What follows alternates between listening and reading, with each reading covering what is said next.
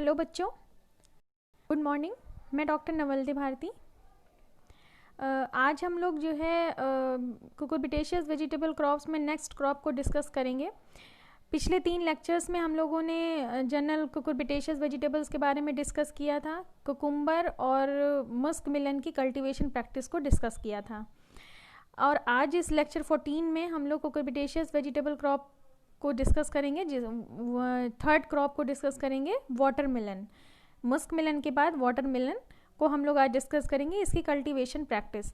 Watermelon की practice भी cultivation practice जो है काफ़ी हद तक मस्क मिलन और कुकुम्बर से जो है मैच करती है, लेकिन कुछ चीज़ें जो डिफरेंसेस हैं उनको डिस्कस करते हुए हम लोग डिटेल में इसकी कल्टीवेशन प्रैक्टिस को डिस्कस करेंगे। तो चलिए पहले थोड़ा सा इसका इंट्रोडक्शन देख लेते हैं। पहले इसकी टैक्सोनॉमिक डिस्क्रिप्शन देख लेते हैं वाटरमेलन का। तो टैक्सोनॉमिकली अगर देखा, इसका बॉटेनिकल नेम है सिट्रूलस लेनेटस। वाटरमेलन का बॉटेनिकल नेम है सिट्रूलस लेनेटस। फैमिली है इसकी कुकुरबिटेसी। क्रोमोसोम नंबर है 22, मतलब 2 एंड डिप्लॉइड्स जो है क्रोमोसोम नंबर 22 है। बेसिक सेट 11 है। ओरिजिन इसका साउथ अफ्रीका है। वाटरमेलन का सेंटर ऑफ ओरिजिन है साउथ अफ्रीका। ये डेजर्ट फ्रूट की तरह हम लोग इसे कंज्यूम करते हैं, जैसे मस्क मिलन को, मतलब इसे एज अ फ्रूट की तरह इसका हम कंजप्शन करते हैं। हम इसे वेजिटेबल की तरह कुक करके नहीं हम इसको यूज़ करते हैं, डेजर्ट फ्रूट की तरह हम इसे खाते हैं। और अगर न्यूट्रिटिव पॉइंट ऑफ व्यू से देखा जाए तो ये कोलेस्ट्रॉल और सोडियम इसमें ना के बराबर होता है, बहुत ही लो कंटेंट होता है। ज़्यादातर इसमें मिनरल्स और विटामिन्स पाए जाते हैं। मिनरल्स में जैसे मैग्नीशियम, फास्फोरस, मैग्नीज, जिंक, ये इम्पॉर्टेंट इसमें मिनरल्स हैं। और इसमें जो रेड कलर होता है इसके फ्लैश का, वाटरमेलन या तरबूज जिसको हम कहते हैं, इसका जो रेड कलर होता है वो होता है बिकॉज ऑफ द लाइकोपीन, है ना। तो ये एक लाइकोपीन जो है ये पिगमेंट है जिसकी वजह से रेड कलर, जिसकी वजह से तरबूज में रेड कलर होता है। और ये एक पावरफुल एंटीऑक्सीडेंट है। एंटीऑक्सीडेंट का मतलब कि ये फ्री रेडिकल्स को जो है हमारी बॉडी में जितने जो भी फ्री रेडिकल्स प्रोड्यूस होते हैं उसको ये एब्जॉर्ब करता है। एक्चुअली जितने भी प्लांट पिगमेंट्स हैं, चाहे वो फ्लेवेनॉइड पिगमेंट्स हो, चाहे वो एंथोसाइनिन हो, लाइकोपीन हो, जेंथोफिल हो, कैरोटिनॉइड्स हो, कैसे भी हो, ये सब जो है एंटीऑक्सीडेंट इनमें जो है प्रॉपर्टी होती है। तो उसी तरह लाइकोपीन भी जो है ये एंटीऑक्सीडेंट है जो हमारी बॉडी में फ्री रेडिकल्स को एब्जॉर्ब करता है। वाटरमेलन फ्लैश कंटेन्स वाटर की क्वांटिटी इसमें ज़्यादा होती है। कार्बोहाइड्रेट्स होते हैं शुगर के फॉर्म में, प्रोटीन, फाइबर, फैट, ये सब बहुत ही माइन्यूट क्वांटिटी में होता है। Calcium, iron, magnesium, phosphorus, potassium, sodium, vitamin C, vitamin B6, vitamin A और नियासिन, इतने तरह के मिनरल्स और विटामिन्स जो है तरबूज में या वाटरमेलन में पाए जाते हैं। इसके फ्लैश को हम लोग वैसे तो डेजर्ट फ्रूट की तरह तो कंज्यूम करते हैं, ज़्यादातर ये फ्रेश कंज्यूम किया जाता है, लेकिन हम इसे प्रोसेस करके इसकी कैंडी भी बनाते हैं, कैंडी भी प्रिपेयर करते हैं। और इसका जो रिंड है, जो इसका छिलका है, वो काफ़ी मोटा होता है, उसको जो है पिकल वगैरह प्रिपरेशन बनाने में भी इस्तेमाल किया जाता है। अचार बनाने के लिए भी उसका इस्तेमाल किया जाता है इसके छिलके को। एट प्रेजेंट जो है पूरे वर्ल्ड में चाइना जो है वाटरमेलन का लार्जेस्ट प्रोड्यूसर है पूरे वर्ल्ड में। और दूसरी जो और भी कंट्रीज़ है जहाँ वाटरमेलन का प्रोडक्शन और कल्टीवेशन होता है वो है Turkey, USA, Iran, Russia, India. इसके अलावा और भी कंट्रीज़ हैं पर वहाँ माइनर लेवल पर होता है, लेकिन जो इम्पॉर्टेंट वाटरमेलन ग्रोइंग कंट्रीज़ हैं वो China, Turkey, USA, Iran, Russia और इंडिया है। अपने इंडिया में अगर बात किया जाए तो जिन राज्यों में वाटरमेलन का प्रोडक्शन या कल्टीवेशन वृहद स्तर पर होता है वो है महाराष्ट्र, कर्नाटक, तमिलनाडु, पंजाब, राजस्थान, मध्य प्रदेश और यूपी। इन राज्यों में जो है तरबूज का प्रोडक्शन जो है ज़्यादा एरिया में किया जाता है। अब इसकी वेराइटल डिस्क्रिप्शन देख लेते हैं। कौन कौन सी वेराइटीज़ जनरली जो है वाटरमेलन की जो है ग्रो की जाती है, तो वो वेराइटीज़ हैं शुगर। कुछ वेराइटीज़ तो इंट्रोड्यूस हैं, मतलब फॉरेन वेराइटीज़ हैं, उनको हमने अपने यहाँ इंडिया में अपनी एग्रो क्लाइमेटिक कंडीशन में उनको अडेप्ट कराया है। और वो यहाँ पर उनकी बेहतर परफॉर्मेंस को देखते हुए यहाँ भी उनका कल्टीवेशन किया जा रहा है। तो वो वेराइटीज़ हैं जैसे शुगर बेबी। शुगर बेबी का पौधा बहुत छोटा होता है, बहुत ही मतलब विगरस नहीं होता, छोटा पौधा होता है और ये बहुत ही ज़्यादा जो है स्वीट वेराइटी है। तो शुगर बेबी है, इम्प्रूव शिपर है, न्यू हैम्पशायर, ये तीनों वेराइटी यूएसए से हमारे यहाँ इंट्रोड्यूस हुई हैं। फिर नेक्स्ट वेराइटी है असाही यामाटो। असाही यामाटो ये एक जापानीज़ वेराइटी है जो हमारे यहाँ इंट्रोडक्शन से आई है। बाकी वेराइटीज़ जो हैं वो हमारे यहाँ की जो रिसर्च इंस्टीट्यूट है वहाँ से रिलीज्ड हैं। जैसे IIHR से रिलीज्ड वेराइटी है अर्का मानिक, अर्का ज्योति, ये दोनों ही हाइब्रिड वेराइटीज़ हैं। अर्का मानिक जो वेराइटी है इसके पेरेंट है IIHR 21 and crimson sweet. Crimson sweet ये एक फॉरेन की वैरायटी है और IIHR 21 यहाँ की वैरायटी है। तो ये जो है ये एक हाइब्रिड वैरायटी है अर्का मानिक, जो कि एक फॉरेन वैरायटी और एक इंडियन वैरायटी के क्रॉस से डेवलप हुई है। उसी तरह अर्का ज्योति भी जो है हाइब्रिड वैरायटी है, इसके पेरेंट हैं IIHR 20 एंड क्रिम्सन स्वीट।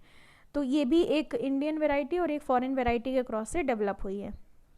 उसके अलावा राजस्थान एग्रीकल्चर यूनिवर्सिटी से भी वेराइटीज़ रिलीज हुई हैं थ्रू सिलेक्शन, जैसे कि दुर्गापुर मीठा, दुर्गापुर केसर।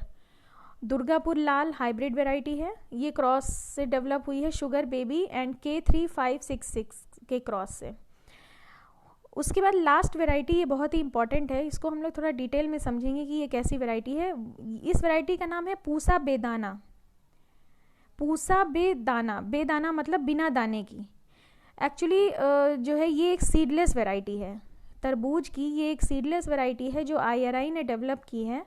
जो है दो डिफरेंट जो है जेनेटिक कॉम्बिनेशन की जो मतलब दो डिफरेंट पेरेंट जिनका जेनेटिक मेकअप डिफरेंट है उनके क्रॉस से ये वैरायटी डेवलप की गई है। कैसे की गई है इसको हम लोग थोड़ा डिटेल में थोड़ा डिस्कस करेंगे और ये भी समझने की कोशिश करेंगे कि पूसा बेदाना वैरायटी को क्यों रिलीज़ किया गया। एक्चुअली तरबूज का जब हम खाते हैं, जब इसको डेजर्ट फ्रूट की तरह हम कंज्यूम करते हैं, तो हम जानते हैं कि इसके फ्लैश के बीच में जो है इसमें ब्लैक कलर के बड़े बड़े बीज होते हैं, जो कि खाना जब हम इसको खाते हैं तरबूज को, तो वो थोड़ा सा ईजिली पैलेटेबल नहीं होता है ना। आप इसको स्मूथली जो है नहीं खाते हैं, तो इसीलिए ये बहुत कम पसंद किया जाता है तरबूज को, क्योंकि इसमें बीज होते हैं। तो ये सोचा गया कि अगर किसी तरह से इस सीडलेस वाटरमेलन हो तो ये इसका जो कंज्यूमेबिलिटी है वो बढ़ जाएगी, है ना। तो इस चीज़ को ध्यान में रखते हुए सीडलेस वाटरमेलन का कॉन्सेप्ट आया और जापान में सबसे पहले इस कॉन्सेप्ट को जो है उन लोगों ने जो है सीडलेस वाटरमेलन को प्रोड्यूस करने की जो है कोशिश की। तो इसमें हम लोग समझने की कोशिश करेंगे कि ये कैसे, ये एक सीडलेस जो वैरायटी है ये कैसे प्रोड्यूस की जाती है ना। ये बहुत इंपॉर्टेंट पॉइंट है, इसको जो है आप लोग को बहुत ध्यान रखना है। वाटरमेलन में अगर कोई चीज़ इंपॉर्टेंट है तो वैरायटी पॉइंट ऑफ व्यू से तो वो यही वैरायटी है। पूसा बेदाना के बारे में पूछा भी जाता है, पूसा बेदाना किसकी वैरायटी है, या पूसा बेदाना कैसी वैरायटी है, और या फिर कैसे डेवलप की गई है, ये सारी चीज़ें। तो चलिए इसको थोड़ा डिटेल में देखते हैं कि ये सीडलेस वाटरमेलन या पूसा बेदाना वैरायटी जो है कैसे डेवलप की गई, क्यों डेवलप की गई है, हमने बताया आपको। ये डेवलप की गई, देखिए थोड़ा सा अगर आप लोगों को जेनेटिक्स के बारे में, अगर आप जेनेटिक्स पढ़ रहे हैं, बेसिक थोड़ा सा बताया, तो आप समझ रहे होंगे कि हाँ जो है कुछ ऑर्गेनिजम्स जो है अलग अलग प्लॉइडी लेवल के होते हैं। हमने अपना एक वीडियो बनाया था जिसमें हमने N और X के बारे में जब हम लोगों ने डिस्कस किया था, तो हमने बताया था कि X जो है प्लॉइडी लेवल बताता है और N जो है गैमीट्स में टोटल नंबर ऑफ क्रोमोसोम्स कितने होते हैं वो बताता है। तो देखिए जब हम किसी दो ऐसे इंडिविजुअल को लें, जैसे कि एक टेट्राप्लॉइड हो और एक डिप्लॉइड हो, है ना। पहले तो हम ये समझते हैं कि जैसे बीज कब बनते हैं, अभी इस चीज़ को छोड़िए, बीज कैसे बनता है, बीज किस कारण से बनता है। बीज होता क्या है, बीज होता है जो है फर्टिलाइज्ड ओव्यूल। ओवरी के अंदर जो ओव्यूल होता है, आफ्टर फर्टिलाइजेशन वो ओव्यूल जो है ग्रो करता है और वही सीड बनता है ना।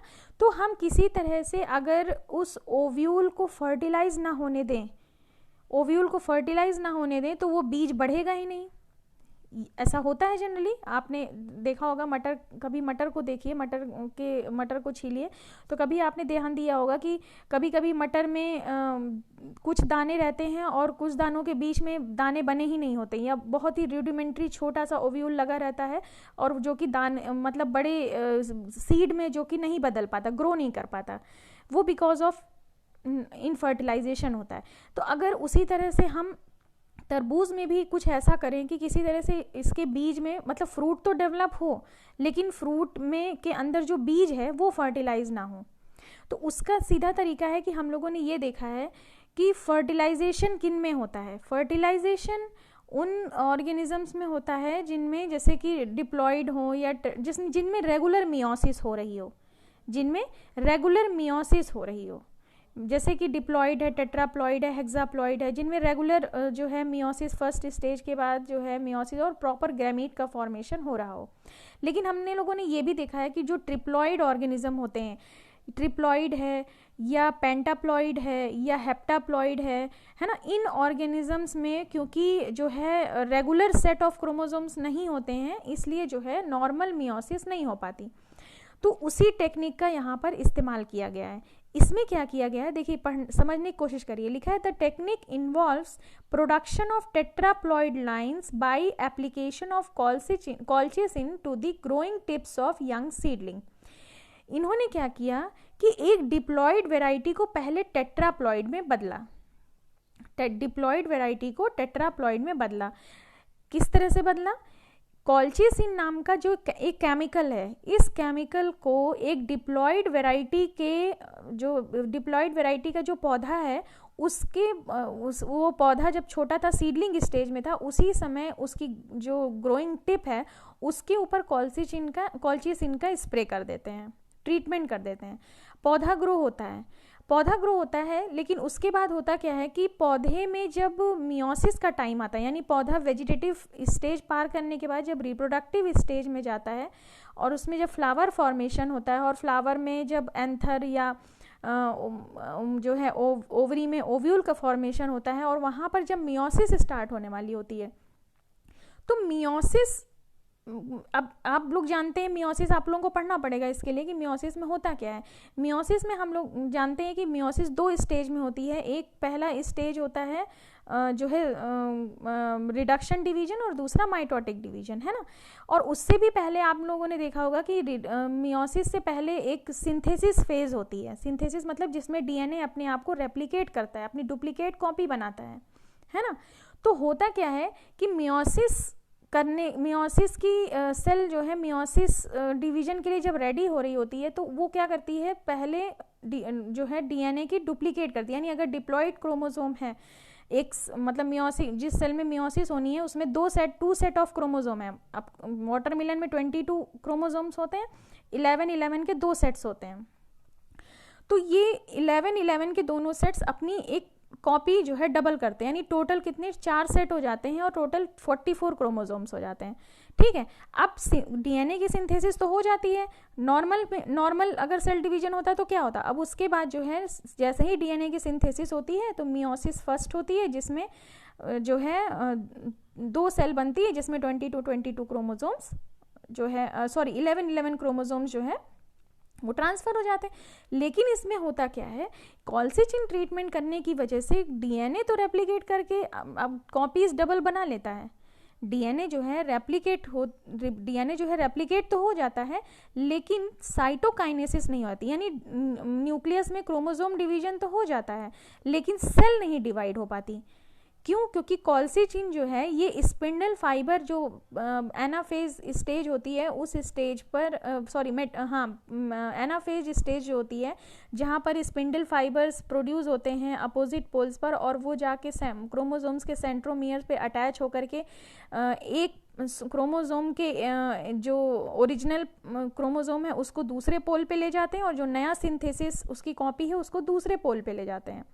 यही होता है, पर ये नहीं होने पाता है, क्योंकि कॉल्चिसिन जो केमिकल है ये स्पिंडल फाइबर को नहीं बनने देता है। जब स्पिंडल फाइबर को नहीं बनने देता है तो डीएनए तो सिंथेसिस हो जाता है, यानी डीएनए तो अपनी कॉपी बना लेता है, लेकिन जो है सेल जो है डिवाइड नहीं हो पाती। इसलिए से वो सेल अनडिवाइडेड सेल के पास जो है डिप्लॉइड से टेट्राप्लॉइड क्रोमोसोम्स आ जाते हैं, यानी उसका प्लॉइडी लेवल बदल जाता है।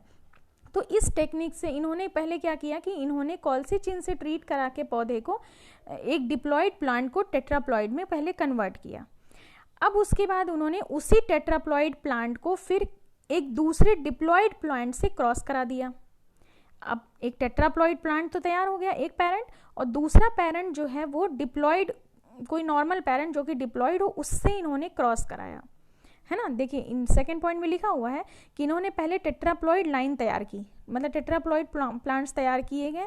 उसके बाद उनको सेलेक्ट किया गया कि जो बेहतर प्लांट टेट्राप्लॉइड का उन्होंने सेलेक्ट किया, देखा कि ये जो है प्लांट्स जो है ये प्लांट सूटेबल रहेगा ब्रीडिंग के लिए, तो उस टेट्राप्लॉइड को फीमेल पेरेंट की तरह उसको यूज़ किया गया, ठीक है।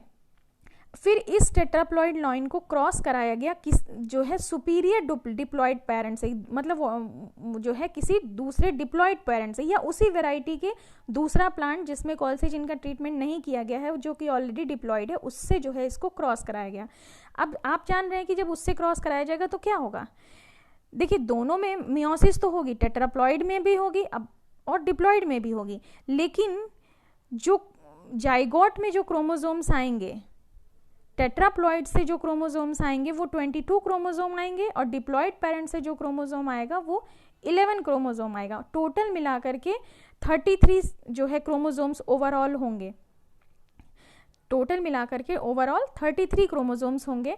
तो इस तरह से जो जाइगोट जो बनेगा वो ट्रिप्लॉइड होगा, जो हाइब्रिड बनेगा वो ट्रिप्लॉइड होगा, ठीक है। जो मतलब जो उस पौधे में जो भी फ्रूट बनेगा, और उस फ्रूट के मतलब जो टेट्राप्लॉइड पौधे में जो फ्रूट बनेगा, उस फ्रूट के अंदर जो भी बीज होंगे उनके पास जो है ट्रिप्लॉइड सेट ऑफ क्रोमोसोम होंगे, मतलब 3 सेट्स ऑफ क्रोमोसोम होंगे, जो कि 2 सेट्स तो उसके फीमेल पेरेंट्स से उसको मिलेंगे जो कि टेट्राप्लॉइड है, और 1 सेट फ्रॉम दी डिप्लॉइड, तो टोटल ट्रिप्लॉइड होगा। ऐसा ट्रिप्लॉइड हाइब्रिड जो है वो सेल्फ स्टेराइल होगा, क्योंकि हम लोग जानते हैं ट्रिप्लॉइड में फिर फर्दर वो जो ट्रिप्लॉइड बीज है उसके बीज को अगर आप कहीं बोते हैं और वो बीज उगेगा वो वेजिटेटिव ग्रोथ करेगा, लेकिन रिप्रोडक्टिव स्टेज में वो बीज नहीं जाएगा, क्योंकि वो ट्रिप्लॉइड है, और ट्रिप्लॉइड में हम जानते हैं रेगुलर मियोसिस नहीं होती, है ना। तो इसलिए जो है इन ट्रिप्लॉइड हाइब्रिड्स को जब हम प्रोड्यूस करते हैं और हम इसमें जब हम फ्रूट प्रोडक्शन लेते हैं तो फल तो बनता है, लेकिन इनके अंदर बीज नहीं बन पाता, क्योंकि इनमें मियोसिस नहीं होती। देखिए यही लिखा हुआ है, these hybrids are not entirely seedless. ये पूरी तरह सीडलेस नहीं होते हैं। पूरी तरह सीडलेस का मतलब ऐसा नहीं होता है कि बिल्कुल बीज का कोई जो है आपको कोई पोर्शन नहीं दिखेगा। ओव्यूल होंगे पर वो बीज मोटे नहीं होते, सख्त नहीं होते, उनमें फूड स्टोर नहीं होता, ना ही उसमें एम्ब्रियो होता है, क्योंकि मियोसिस हुई नहीं होती है तो किसी तरह से एम्ब्रियो डेवलप नहीं होता। तो वो सीड जो है एकदम पेपर टाइप का स्ट्रक्चर जो ओव्यूल होगा वो वाटरमेलन के बीच में पड़ा रहेगा, और उसको खाने में दिक्कत नहीं होती, उसको पूरा का पूरा जो है वो खाया जा सकता है। इस तरह से सीडलेस वाटरमेलन जो है वो प्रोड्यूस किया जाता है। तो लेकिन ये जो सीडलेस वाटरमेलन है ये कमर्शियल लेवल पे थोड़ा सा पॉसिबल उस मतलब नहीं है। रीज़न उसका ये है क्योंकि इनमें जो है एक तो इनका जो ट्रिप्लॉइड वाटरमेलन प्रोड्यूस करने की जो कॉस्ट आती है वो बहुत महंगी होती है। मतलब पहले टेट्राप्लॉइड पेरेंट्स को प्रोड्यूस करना और फिर उन पेरेंट्स को किसी डिप्लॉइड पेरेंट्स से क्रॉस कराना, ये सब बहुत ही कॉस्टली मेथड है। फिलहाल इंडिया में तो ये अभी पॉसिबल नहीं है। और दूसरा ये भी देखा गया है कि जो ट्रिप्लॉइड सीड हैं, जो ट्रिप्लॉइड मतलब हाइब्रिड्स जो सीड हैं ये जर्मिनेट नहीं होते हैं जल्दी, इनमें जर्मिनेशन में प्रॉब्लम होती है क्योंकि इनके सीड कोड बहुत जो है वो हार्ड होते हैं। तो इसलिए भी जो है ये थोड़ा सा जर्मिनेशन प्रॉब्लम की वजह से भी ये कमर्शियली जो है नहीं यूज़ किया जाता। और दूसरा एक और भी रीज़न है कि जो ट्रिप्लॉइड सीड जो ट्रिप्लॉइड वाटरमेलन है उनमें भले बीज नहीं होते हों, लेकिन फ्रूट का जो शेप होता है वो थोड़ा सा राउंड ना हो करके थोड़ा सा मिस शेप जो है फ्रूट प्रोड्यूस होता है।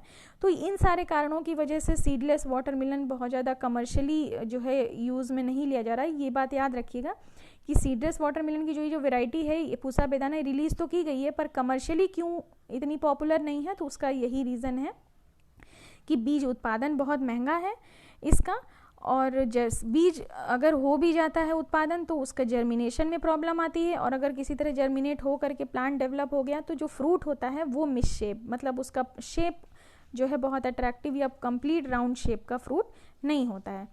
तो ये ऑल अबाउट था सीडलेस वाटरमेलन के बारे में कि कैसे सीडलेस वाटरमेलन जो है वो प्रोड्यूस होता है। इस चीज़ को थोड़ा सा आप लोग अच्छे से समझने की कोशिश करिएगा।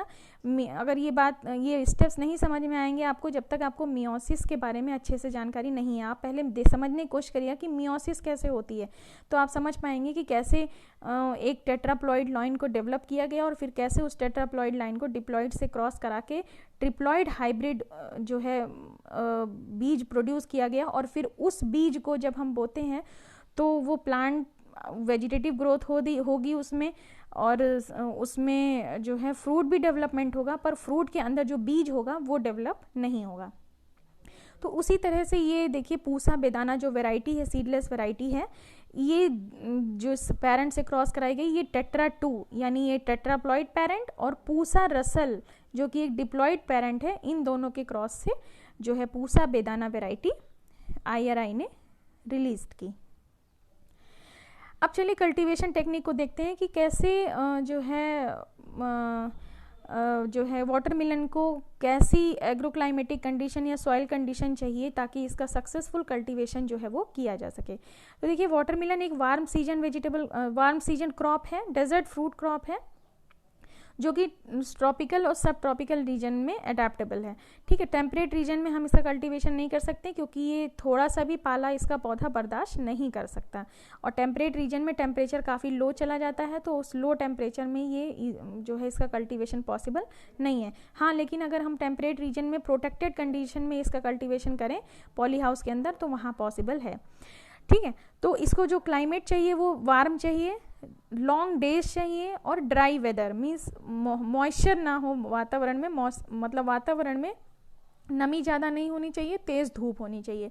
ऐसा क्लाइमेट इसके लिए कल्टीवेशन के लिए सूटेबल होता है। बहुत ज़्यादा ह्यूमिडिटी अगर क्लाइमेट में रहेगी तो बहुत सारी फंगल और बैक्टीरियल डिजीज़ के चांसेस जो है वो बढ़ जाते हैं, जैसे कि डाउनी मिल्ड्यू है, एंथ्रेक्नोज है, वायरसेस है, इंसेक्ट्स है या फ्रूट फ्लाई वगैरह है। ये सब चीज़ों का मतलब इन सब जो है पैथोजन के अटैक्स के चांसेस बढ़ जाते हैं। इसका जो सीड जो होता है उसके जर्मिनेशन के लिए ऑप्टिमम जो टेम्परेचर होना चाहिए वो 20 डिग्री सेंटीग्रेड ऑप्टिमम टेम्परेचर माना गया है।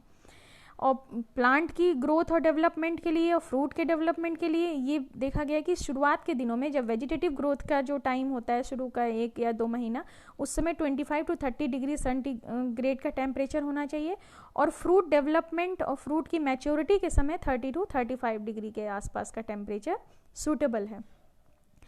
अगर अच्छी क्वालिटी का फ्रूट हो जिसमें हाई शुगर कंटेंट हो वाटरमेलन में, तो वाटरमेलन का हम चाहते हो कि जिसमें शुगर कंटेंट ज़्यादा हो, तो वेदर जो है वो ड्राई होना चाहिए फ्रूट डेवलपमेंट के दौरान, ह्यूमिडिटी नहीं होनी चाहिए। अगर बहुत ज़्यादा ह्यूमिडिटी होगी इन्वायरमेंट में भी या फ्रूट डेवलपमेंट के समय आपने बहुत ज़्यादा इरीगेशन कर दिया तो भी जो है फ्रूट में जो है वो शुगर का कॉन्टेंट वो जो है कम हो जाएगा। तो अच्छी क्वालिटी के फ्रूट के लिए ड्राई वेदर का होना, मतलब ह्यूमिडिटी का कम होना ड्यूरिंग फ्रूट डेवलपमेंट, वो बहुत ज़्यादा ज़रूरी है। उसके बाद सॉइल कंडीशन है। Watermelon gives best result when grown on Sandy और सैंडी लोम सॉइल। जब मतलब इसके लिए बलुई मिट्टी या बलुई दोमट मिट्टी जो है सूटेबल होती है, डीप हो, गहरी हो, फर्टाइल हो, मतलब न्यूट्रिएंट रिच हो, और वेल ड्रेन्ड हो, यानी जल भराव की उसमें समस्या ना हो, ड्रेनेज अच्छा हो उसमें। अगर पुअर ड्रेनेज होगा तो वो वाटरमेलन कल्टीवेशन के लिए सूटेबल नहीं है। सॉइल का pH 6 to 7 के बीच में होना चाहिए, और ये वाटरमेलन जो है कुछ लेवल की एसिडिटी तक टॉलरेट कर सकता है, पर अल्कलाइन सॉइल को टॉलरेट नहीं कर सकता है ना। और इसके कल्टीवेशन, क्योंकि ये ड्राई वेदर में ईजिली ये ग्रो हो जाता है, तो इसको जो है लो रेनफॉल एरिया वाले मतलब लो रेनफॉल वाला जो रीजन है वहाँ भी इसका कल्टीवेशन कर सकते हैं, और सॉइल जो कि जिसका फर्टिलिटी लेवल थोड़ा कम भी है वहाँ पर भी हम इसका कल्टीवेशन सक्सेसफुली कर सकते हैं। तो ये इस तरह की जो है सॉइल कंडीशन की इसकी रिक्वायरमेंट होती है। अब इसका सोइंग टाइम देखते हैं कि जो है हम इसको कब इसकी बुआई करेंगे। तो अगर नॉर्थ इंडिया में देखें तो हमारे यहाँ रिवर बेड कल्टीवेशन जितनी भी कुकुरबिटेशियस है, मिलन क्रॉप हैं जितनी भी कुकुरबिटेशियस में, जैसे कि खीरा है, मतलब कुकुम्बर है, ककड़ी है, या मस्क मिलन है, और आपका ये वाटर मिलन है। तो इसके लिए हमने आपको डिटेल में बताया था कि हमारे यहाँ रिवर मतलब जो रिवर बैंक है या रिवर बेड से, वहाँ पे इसका सक्सेसफुल कल्टीवेशन किया जाता है, क्योंकि नदी के जो किनारा जो बैंक वाला रीजन होता है वो जो है सैंडी होता है ना, वो सैंडी होता है, वहाँ किसी तरह की वाटर लॉग प्रॉब्लम नहीं होती, और टेम्परेचर भी वहाँ का आसपास का जो क्लाइमेट है वो बहुत ज़्यादा जो है सूटेबल रहता है, क्योंकि वहाँ दिन में तेज़ धूप भी मिल जाती है और रात में टेम्परेचर बहुत जल्दी कूल भी हो जाता है, मतलब नाइट्स जो है वो कूल भी हो जाती हैं, तो जो कि इसकी फसल के लिए बहुत ज़्यादा ही फेवरेबल है ना। तो हमारे यहाँ रिवर बेड्स के किनारे किनारे जो है इसका, जैसे गंगा और यमुना जो नदियाँ हैं या इनसे जुड़ी हुई जो इनकी सहायक नदियाँ हैं, इनकी जो बैंक्स हैं, इनके किनारे बहुत वृहद स्तर पर जो है वो कल्टीवेशन इसका किया जाता है। तो नॉर्थ इंडिया में अगर अर्ली सोइंग लेनी है, हमें अर्ली फसल लेनी है, जो ऐसे आप देख रहे हैं कि मार्च अप्रैल से स्टार्ट हो जाता है तरबूज जो है मिलना, तो ये रिवर बेड में जो कल्टीवेशन किया गया होता है वहीं का ये तरबूज होता है। तो रिवर बेड्स में जो है नवंबर में ही बीज की जो है बुआई कर दी जाती है, अगर रिवर बेड में कल्टीवेशन कर रहे हैं तो वहाँ के, तो रिवर बेड के लिए सूटेबल टाइम है नवंबर, चाहे तरबूज हो, खरबूज हो, कुकुम्बर हो, ककड़ी हो, किसी का भी। हम लोगों ने पिछले लेक्चर में भी देखा रिवर बेड में कल्टीवेशन का सूटेबल टाइम जो है वो नवंबर है। और अगर मेन लैंड में कर रहे हैं, मतलब फील्ड में कर रहे हैं, खेतों में कर रहे हैं, तो वहाँ पर फरवरी के एंड में इसका बीज की बुआई जो है फरवरी के एंड में हम करते हैं। तो इसमें जो है क्रॉप हमें थोड़ा देर से मिलती है, फ्रूट प्रोडक्शन थोड़ा सा देर में होता है। Sowing of seed can also be done in polythene bags for early crop. अगर हम मेन फील्ड में कल्टीवेशन कर रहे हैं और हम वहाँ अर्ली क्रॉप लेना चाहते हैं, रिवर बेड के जैसे ही अर्ली क्रॉप लेना चाहते हैं, तो हम इसके लिए जो है पॉली बैग्स में हम अगर सीड का सोइंग कर दें, पॉली बैग्स में सीड का मतलब कि हम जो है दिसंबर लास्ट में हम बीज की बुआई करके पॉली बैग्स को किसी प्रोटेक्टेड कंडीशन में, मतलब ओपन नहीं, मतलब प्रोटेक्टेड प्लेस में रख दें, और उस वहाँ पर जो है बीज जर्मिनेट हो जाएगा, और जैसे ही फरवरी का एंड आए तो हम उन पौधों को फाइनली ओपन कंडीशन में फील्ड में हम ट्रांसफ़र कर देते हैं। तो हमको 1 महीने या 1.5 महीने अर्ली क्रॉप हमें मिल जाएगी। और अगर साउथ या सेंट्रल इंडिया में की बात की जाए तो वहाँ का सोइंग टाइम ईयर राउंड होता है ना, लेकिन फिर भी ईयर राउंड कर सकते हैं, क्योंकि वहाँ पे क्लाइमेट जो है साल भर क्लाइमेट जो है वो सूटेबल रहता है, क्योंकि वहाँ पर ना बहुत ज़्यादा टेम्परेचर लो नहीं होता है ना। तो वहाँ अक्टूबर नवंबर से सोइंग करते हैं, और उधर फरवरी मार्च और लगातार वहाँ पर जो है हम कल्टीवेशन उसका कर सकते हैं अप टू समर तक। सीड रेट की अगर बात की जाए तो सीड रेट जो है वो 3.5 to 5 kg seed per hectare की रेट से रिक्वायरमेंट रहती है, यानी 3.5 से 5 किलो सीड, डिपेंड करता है वैरायटी टू वैरायटी। तो इतना सीड 1 हेक्टेयर के लिए सफिशिएंट रहता है। और सीड की जो बुआई की जाती है वो 2 से 2.5 सेंटीमीटर गहरी। किसी भी बीज को कितनी गहराई में डालना है ये जज करने का बहुत ही आसान तरीका है कि बीज के साइज का जो है 2.5 गुना हम जो है बीज का जो साइज है या उसका जो डायमीटर है उसका 2.5 गुना गहराई में हम हमेशा बीज को डालते हैं, किसी भी चीज़ का बीज हो, है ना। तो 2 से 2.5 सेंटीमीटर हम गहराई में इसके बीज की सोइंग करते हैं।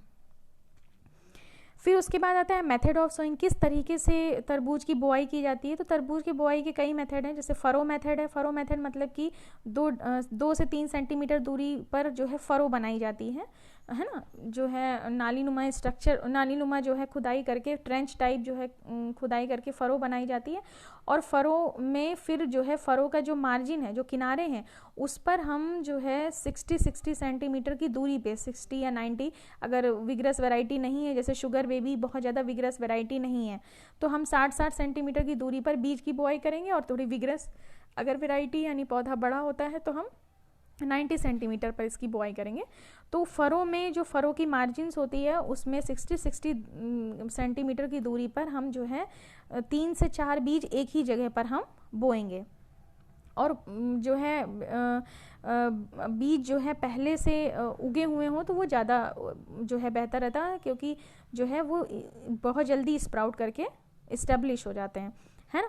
तो फरो मेथड हो गया ये, जिसमें हम फरो प्रिपेयर करते हैं। फरो, 2 फरों के बीच में जो दूरी होगी वो 2.5 से 3 सेंटीमीटर होगी या 2 से 3 सेंटीमीटर, और फिर हर एक फरो में पौध से पौध की दूरी, मतलब प्लांट टू प्लांट या जो सीड सोइंग करेंगे वो 60 टू 90 सेंटीमीटर की डिस्टेंस पे करेंगे। 3 से 4 सीड बोएंगे जरूर, लेकिन जब बीज उग जाएंगे तो उसमें से हम जो है सिर्फ एक प्लांट को रहने देते हैं, बाकी 3 प्लांट को बाद में थिन कर देते हैं, थिन आउट कर देते हैं, मतलब रिमूव कर देते हैं। दूसरा मेथड है पिट मेथड। पिट मेथड मतलब जो है गड्ढे बना करके। इस मेथड में क्या होता है कि जो है इसमें भी थोड़ी थोड़ी, हम पूरा फरो नहीं बनाए, पूरा ट्रेंच नहीं बनाते हैं, हम गड्ढे बनाते हैं जो है 2-2, 3-3 मीटर की दूरी पर लाइन से हम गड्ढे बनाते हैं, और हर गड्ढे में जो है 60, जो गड्ढे का साइज़ होगा वो 60 सेंटीमीटर क्यूब होगा, मतलब 60 सेंटीमीटर गहराई हो, मतलब उसकी गुड़ाई अच्छे से होनी चाहिए, चौड़ाई और सारी चीज़ें। ये 60 सेंटीमीटर का हम बड़ा गड्ढा इसलिए करते हैं ताकि हम जो है आसानी से उसमें सिंचाई वगैरह जब हम करें तो वो कुछ देर के लिए उसमें पानी जो है वो टिका रहे, है ना। तो पिट मेथड से भी हम करते हैं, जिसमें हम 4 सीड उसमें भी बोते हैं, और उसमें जब सीड जर्मिनेट कर जाता है तो भी सिर्फ एक बीज को रहने देते हैं, बाकी प्लांट्स को हम रिमूव कर देते हैं। और पिट में अच्छी तरह से जो है सड़ी हुई खाद को भी जो है, मतलब FYM को या किसी भी दूसरे ऑर्गेनिक मैन्योर को उसी समय मिक्स कर देना चाहिए, जिससे कि जो है प्लांट जो है जल्दी उसकी रूट, जैसे ही सीडलिंग जर्मिनेट हो तो उसकी रूट ईजिली आसानी से इस्टेब्लिश हो जाए। ठीक है। तो सीड जर्मिनेशन रेट को इम्प्रूव करने के लिए हमें 24 आवर बिफोर प्लांटिंग जो है या बिफोर सोइंग हमें सीड को पानी में ल्यूक वार्म वाटर में हमें सोक करके रख देना चाहिए ओवरनाइट, मतलब रात भर के लिए, है ना। तो इससे क्या होगा कि जो है सीड जहाँ 10 से 15 दिन लेता है जर्मिनेट करने के लिए, वो 2-3 दिन में ही जर्मिनेट कर जाएगा। तो ये इजी जर्मिनेशन के लिए जो है वो मतलब जो है इजी है। इससे ये भी पता हो जाता है कि हमारे कौन से सीड जर्मिनेट करेंगे या नहीं, अगर हम सीड्स को पहले ही जो है स्प्राउट करा लेते हैं तो ये जो है तरबूज या वाटरमेलन का मेथड ऑफ सोइंग है। अब उसके बाद नेक्स्ट आता है मैन्योर एंड फर्टिलाइजेशन कितना अप्लाई करेंगे। तो एक तो जब फील्ड प्रिपरेशन के समय ही, चाहे वो फरो मेथड से हो चाहे वो पिट मेथड से हो, तो जब हम फील्ड प्रिपेयर कर रहे हैं उस समय ही हम 25 टन FYM अप्लाई कर देंगे। ये डिपेंड, मतलब पर हेक्टेयर की रेट है ये, उसके अकॉर्डिंग आपका कितना एरिया है वो आप कैलकुलेट कर सकते हैं। तो 25 टन FYM जो है पर हेक्टेयर की रेट से हम फील्ड में अप्लाई करते हैं। जितना ज़्यादा FYM होगा, न्यूट्रिएंट उतना ही ज़्यादा सॉइल में होगा, उतना ही सॉइल में ड्रेनेज बेहतर होगा। तो FYM आपकी सॉइल में होना चाहिए। और इनऑर्गेनिक फर्टिलाइज़र के तौर पे देखा जाए तो नॉर्थ इंडियन कंडीशन या यहाँ की सॉइल के अकॉर्डिंग जो फर्टिलाइज़र रिकमेंड किया गया है वो 100 kg नाइट्रोजन, 60 kg फॉस्फोरस और 60 kg पोटाश पर हेक्टेयर जो है वो रिकमेंड किया गया है। उसके बाद नेक्स्ट है इरिगेशन। तो वाटरमेलन जो है एक डीप टैप रूट सिस्टम है। ये हम लोगों ने शुरुआत में ही पढ़ा था कि कुकुरबिटेशियस जो वेजिटेबल्स होती हैं इनमें जो जड़ें होती हैं वो काफ़ी जो है वो, उनका जो रूट सिस्टम होता है वो काफ़ी गहरा होता है, जड़ें काफ़ी गहराई तक जाती हैं। तो इनमें बहुत ज़्यादा फ्रीक्वेंट इरिगेशन की ज़रूरत नहीं होती, क्योंकि जड़ें जो हैं ऑलरेडी जो है काफ़ी गहराई तक होने की वजह से वो वाटर की रीच तक जो है वो पहुंच जाती हैं। तो जो फर्स्ट जो इरिगेशन हम वो करेंगे वो हम डिले, अगर जो है सॉइल में ऑलरेडी अच्छा खासा मॉइस्चर है बोआई करते समय, तो हम पहला इरिगेशन को जो है थोड़ा डिले भी कर सकते हैं। मतलब अगर जिस समय आप बीज बो रहे हैं उस समय मिट्टी में अच्छा खासा मॉइस्चर है और बीज भी आपके ऑलरेडी उगे हुए हैं, यानी प्री स्प्राउटेड है, तो हम पहला इरिगेशन को जो है वो डिले भी कर सकते हैं। लेकिन फिर भी वीकली इंटरवल पर या 10 से 14 दिन के इंटरवल पर, depending upon the soil condition. अगर सॉइल ज़्यादा सैंडी है बहुत ज़्यादा, तो आपको वीकली इंटरवल पर, और अदरवाइज़ 10 से 14 दिन के इंटरवल पर आपको इरिगेशन करना है। फ्रूट जब सेट हो रहा हो, यानी फ्लावरिंग के बाद जब फर्टिलाइजेशन हो जाता है, जिस समय फ्रूट सेट की जो स्टेज होती है, तो उस टाइम पर जो है वाटर का स्ट्रेस जो है वो नहीं होना चाहिए। मतलब सफिशेंट क्वांटिटी में वाटर जो है वो जो मिलना चाहिए, अदरवाइज फ्रूट सेटिंग के जो है वो रिड्यूस हो जाती है ना। और फ्रूट का साइज़ भी, और जो ब्लॉसम एंड रॉट ये जो डिजीज़ है इसके चांसेस जो है वो बढ़ जाते हैं। तो और एक्सेसिव इरिगेशन, बहुत ज़्यादा भी इरिगेशन हो जाएगा फ्रूट डेवलपमेंट के दौरान, तो फ्रूट क्रैकिंग की भी प्रॉब्लम देखने को जो है वो मिलती है। तो बहुत ओवर इरिगेशन भी नहीं होना है, ना ही बहुत ज़्यादा स्ट्रेस होना है, मीन्स सॉइल में मॉइस्चर जो है वो बना रहना है। और इरिगेशन जो हम अप्लाई करेंगे वो इवनिंग टाइम में या नाइट के टाइम पर, ताकि किसी तरह की फोलिया डिजीज़ के जो है सॉरी जो है इवनिंग टाइम या नाइट के टाइम पर नहीं अप्लाई करेंगे, ताकि जो है फोलिया डिजीजेस के चांसेस ना रहे। क्योंकि होता क्या है कि जैसे आप शाम में या नाइट में आप वाटर अप्लाई करते हैं तो मॉइस्चर पत्तियों पर टिका रह जाता है ना। जब मॉइस्चर टिका रह जाता है तो जो है उस मॉइस्चर की वजह से पत्तियों पर जो है पैथोजन के अटैक के चांसेस बढ़ जाते हैं। इसीलिए जो है जब हम डे टाइम में इरिगेशन करते हैं तो क्या होता है कि जो भी वाटर होता है वो पत्तियों से इवेपोरेट हो जाता है ना। और फ्रूट की जब मैच्योरिटी हो, यानी फ्रूट जब अच्छे से जब मैच्योर होने का टाइम आ रहा हो, तो उस समय ड्राई वेदर होना चाहिए, यानी ड्राई वेदर भी होना चाहिए और सॉइल भी ड्राई होनी चाहिए, ताकि फ्रूट में शुगर का कंटेंट इंक्रीज हो सके। तो इन सारी चीज़ों को इरिगेशन के समय थोड़ा सा ध्यान रखना होता है। वीट कंट्रोल की अगर बात करें तो वीट कंट्रोल जो है शुरुआत के दिनों में वीट कंट्रोल जो है बहुत ज़रूरी है, क्योंकि पौधा जब तक बड़ा नहीं होता, मीन्स जब तक कि पूरी तरह से स्प्रेड नहीं करता, तब तक जो पौधों के बीच में जो इंटर स्पेस रहती है, जो वैकेंट स्पेस रहती है, वहाँ पर वीड उगना स्वाभाविक सी बात है। और वीड को जैसे ही इनिशियल स्टेज में वीड जो है जर्मिनेट करे, उसी समय उसको मैनुअली जो है रिमूव कर देना चाहिए पौधों के बीच से। तो मैनुअल वीडिंग ज़्यादा अच्छी होती है, या फिर जो है बुआई से पहले अगर हर्बिसाइड का जो है हर अप्लाई कर दें, केमिकल हर्बिसाइड का अप्लाई कर दें, तो वीड की प्रॉब्लम नहीं होगी। तो राउंड अप या फ्लूक्लोरारिन इनका जो है एप्लीकेशन करके बुआई से पहले फील्ड प्रिपरेशन के दौरान ही इसको अप्लाई कर दें, तो वीड की प्रॉब्लम को कंट्रोल किया जा सकता है। नेक्स्ट आता है हार्वेस्टिंग एंड ईल्ड। हार्वेस्टिंग का मतलब कि अब जब फ्रूट मैच्योर हो जाता है तो हम कैसे जज करेंगे कि fruit is ready to harvesting. तो एक तो इसका टाइम कैलकुलेट करके भी हम जज कर सकते हैं, यानी जो है बुआई से 95 टू 120 डेज़ के बाद जो है फ्रूट जो है हार्वेस्टिंग स्टेज पे पहुंच जाते हैं। यानी आपने जब बुआई की है उस डेट से आप देखिए, तो वहाँ उस डेट से अगर आप कैलकुलेट करेंगे तो 95 टू 120 डेज़ के बाद जो है जो भी फ्रूट आपके रेडी है वो सब हार्वेस्टिंग के लिए रेडी होते हैं। ठीक है। दूसरा जज करने का और भी तरीके हैं, फिजिकल जो है मेथड्स हैं बहुत सारे, जो कि बहुत अप्रोप्रिएट है। आप देखेंगे कि जो फ्रूट मैच्योर हो जाते हैं उनकी टेंड्रिल्स जो हैं वो ड्राई हो जाती हैं। टेंड्रिल्स हमने बताया था, क्योंकि ये कुकुरबिटेशियस एक क्लाइंबिंग प्लांट है, तो इसमें जो है ये टेंड्रिल्स इसमें प्रोड्यूस होते हैं, ताकि जिससे कि सपोर्ट से ये ग्रो करते हैं। तो ये टेंड्रिल्स अगर पैरेलल टू दी सरफेस पौधा ग्रो कर रहा है तो भी ये टेंड्रिल्स ज़मीन को जो है एनकरेज करते हैं, और अगर वर्टिकल ग्रो करते हैं तो भी टेंड्रिल्स जो है वो ड्राई होने लगती, सूखने लगती हैं। तो समझ जाइए कि फ्रूट जो है हार्वेस्टिंग के लिए रेडी है। साथ ही साथ आप देखेंगे तरबूज में पूरे, कभी आपने तरबूज को ध्यान से देखा तो आप देखिए कि उसमें एक येलो कलर का एक स्पॉट आपको देखने को मिलेगा। फ्रूट पर अगर आप देखिए तो पूरा ग्रीन जो तरबूज होता है उसमें एक जगह कहीं पर आपको ज़रूर येलो कलर का स्पॉट दिखेगा। ये जो येलो स्पॉट है इसे ग्राउंड स्पॉट बोलते हैं। मतलब तरबूज जब पौधे में लगा होता है तो उसी जगह से जहाँ पर येलो आपको दिख रहा होता है उस जगह पर वो ज़मीन को टच कर रहा होता है ना। तो वो जो येलो स्पॉट का जो डेवलपमेंट है वो बताता है कि अब ये फ्रूट जो है हार्वेस्टिंग के लिए रेडी है ना। तो change in colour of ground spot, जो ग्राउंड स्पॉट है वो ग्रीन से जो है वो येलो में बदल जाता है। जब तरबूज कच्चा होता है तो उस पूरा का पूरा वो हरा होता है, मीन्स इमेच्योर होता है तो वो पूरा हरा होता है। लेकिन जैसे ही वो मैच्योर हो जाता है तो जिस जगह तरबूज का वो हिस्सा जो ज़मीन पर जहाँ पर टच कर रहा होता है पौधे में वो येलो हो जाता है। तो वो एक उसका जजिंग पॉइंट है कि आप उसे देख करके जज कर सकते हैं कि जो है फ्रूट अब हार्वेस्टिंग के लिए रेडी है। तीसरा तरीका है कि जब आप फ्रूट को उस पर जो है उस पर आप उसको हाथ से जो है थोड़ा सा थम करिए तो आपको एक साउंड जो है उसमें जो आएगी वो डल साउंड होगी।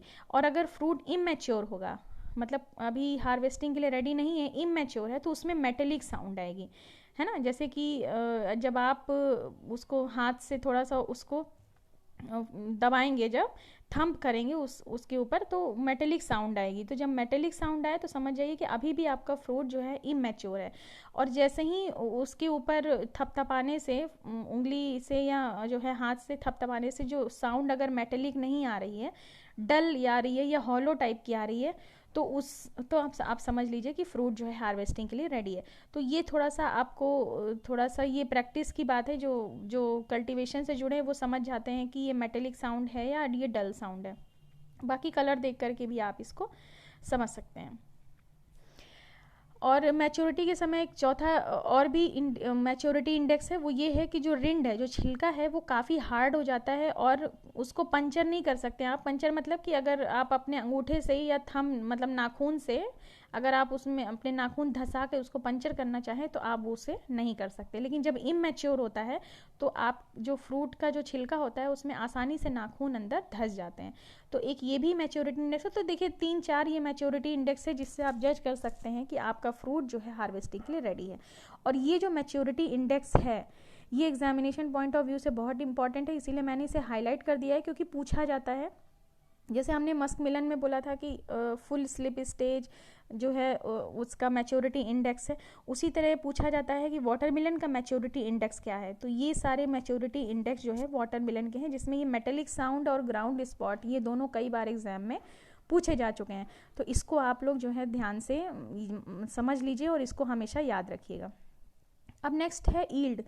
ईल्ड कितनी होती है वाटरमेलन में? तो ईल्ड जो है variety to variety yield vary करती है, ये कभी फिक्स नहीं होती है, क्लाइमेटिक कंडीशन पे भी और आपने जो भी कल्चरल प्रैक्टिसेस की हैं उस पर भी ईल्ड जो है वो डिपेंड करती है। लेकिन फिर भी ऑन एन एवरेज अगर सारी कल्चरल प्रैक्टिसेस सही हैं और क्लाइमेटिक कंडीशन अगर सुटेबल है तो 150 to 220 क्विंटल पर हेक्टेयर तक ईल्ड जो है वाटरमेलन की देखी गई है। और फिर भी ईल्ड बढ़ाना चाहते हैं तो हम लोग जानते ही हैं कि वाटरमेलन जो है ये मोनोशियस और या एंडोमोनोशियस, इनमें जो है फ्लावर्स आते हैं, यानी जो है मेल फीमेल फ्लावर प्रोडक्शन कम होता है। तो ईल्ड बढ़ाने के लिए अगर हम टीबा, ट्राई आइडोबेंजोइक एसिड, इससे अगर हम ट्रीट कर दें, जब पौधा शुरुआत में 2-3 पत्ती का हो, अगर हम तभी पौधे पर टीबा को 25 to 50 ppm का सोल्यूशन बना के अगर हम स्प्रे कर देते हैं उस स्टेज पे, तो शुरुआत से ही फीमेल फ्लावर का प्रोडक्शन शुरू हो जाता है। तो इससे फ्रूट की ईल्ड जो है वो ज़्यादा हो जाती है। तो ईल्ड बढ़ाने का ये भी तरीका है कि ग्रोथ हार्मोन का हम स्प्रे कर दें, जैसे कि टीबा। पोस्ट हार्वेस्ट हैंडलिंग की अगर बात की जाए तो जो यूनिफॉर्म साइज़ के फ्रूट जो है अच्छी मार्केट प्राइस उसकी मिलती है ना। तो फ्रूट के साइज़ जो है वो आपके यूनिफॉर्म होने चाहिए, किसी भी तरह से डैमेज नहीं होना चाहिए, इंसेक्ट पेस्ट से पूरी तरह फ्री होना चाहिए। और वाटरमेलन का जो ट्रांसपोर्ट होता है वो सिंपल एक गनी बैग्स में सारे वाटरमेलन्स को इकट्ठे जो है वो भर करके फिर ट्रांसपोर्ट किया जाता है। मतलब हर फ्रूट की इंडिविजुअल पैकिंग नहीं की जाती कि हर फ्रूट को अलग अलग पैक किया जाए, उसको एक साथ जो है हम पैक कर सकते हैं। लेकिन हाँ, ये ध्यान रखना है कि ट्रांसपोर्टेशन के दौरान या पैकेजिंग के दौरान हम वाटरमेलन के फ्रूट को किसी ऐसे फ्रूट के साथ ट्रांसपोर्ट नहीं करें जिनसे कि इथाइलिन प्रोड्यूस होता हो, जैसे कि टमाटर है या खरबूज है या बनाना है। इनमें क्या होता है, टमाटर है या खरबूजा है या बनाना है, इनमें हार्वेस्टिंग के बाद जो है इथाइलिन प्रोड्यूस होता है, क्योंकि ये सब क्लाइमेक्ट्रिक फ्रूट है। आप लोग जानते हो, हमने फर्स्ट सेमेस्टर में बताया है क्लाइमेक्ट्रिक फ्रूट क्या होते हैं। क्लाइमेक्ट्रिक फ्रूट वो फ्रूट होते हैं जो हार्वेस्टिंग के बाद जिनमें राइपनिंग स्पीड अप कर जाती है, जिसमें जो फल हार्वेस्टिंग के बाद पकना शुरू हो जाते हैं, क्योंकि उनमें ऑटो कैटालिटिक प्रोडक्शन होता है इथाइलिन हार्मोन का। और इथाइलिन क्या करता है, ये फल पकाता है ना। तो जो टमाटर है या मस्कमेलन या बनाना है, अगर इनका ट्रांसपोर्टेशन कहीं हो रहा है किसी ट्रक में या जो भी आपका व्हीकल है उसके साथ अगर आप वाटरमेलन रख देंगे तो इनसे जो इथाइलिन प्रोड्यूस होगा वो आपके वाटरमेलन को भी बहुत जल्दी जो है वो राइप कर देगा। तो इसलिए जो है ऐसे फलों के साथ इसका ट्रांसपोर्ट नहीं करना चाहिए। और अगर इसको स्टोर करना है वाटरमेलन को तो रूम टेम्परेचर पे 7 से 10 दिन तक आराम से इसको स्टोर किया जा सकता है।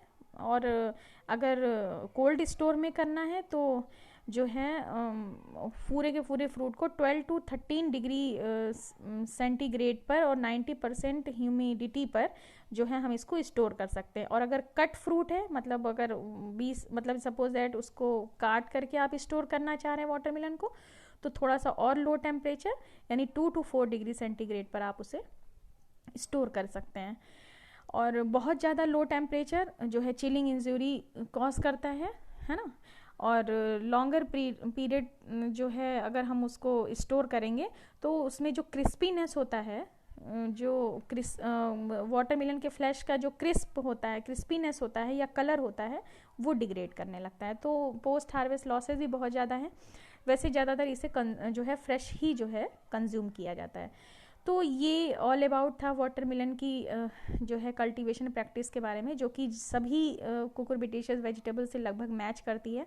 जितनी भी कुकुरबिटेशियस वेजिटेबल्स हम लोग पढ़ेंगे उन सभी की जो है सॉइल क्लाइमेटिक कंडीशन या फिर जो है एग्रोनॉमिक प्रैक्टिस जैसे इरिगेशन है या फर्टिलाइजेशन है या वीडिंग है, ये सब आपका मैच करेगा।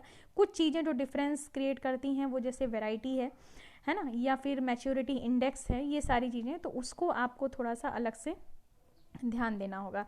और इनमें वाटरमेलन में जो इम्पोर्टेंट है वो इसका मैच्योरिटी इंडेक्स है और पूसा बेदाना वैरायटी की डिटेल है और इसकी वैरायटीज़ कौन कौन सी हैं जो पब्लिक सेक्टर इंस्टीट्यूट से रिलीज़ की गई हैं, ये सारी चीज़ें जो है इसमें इम्पॉर्टेंट है। तो इसको जो है आपको अपने मतलब याद रखना है ना, ताकि किसी भी एग्ज़ाम में पूछा जाए तो वाटरमेलन से रिलेटेड किसी क्वेश्चन को आप जो है मिस ना करें।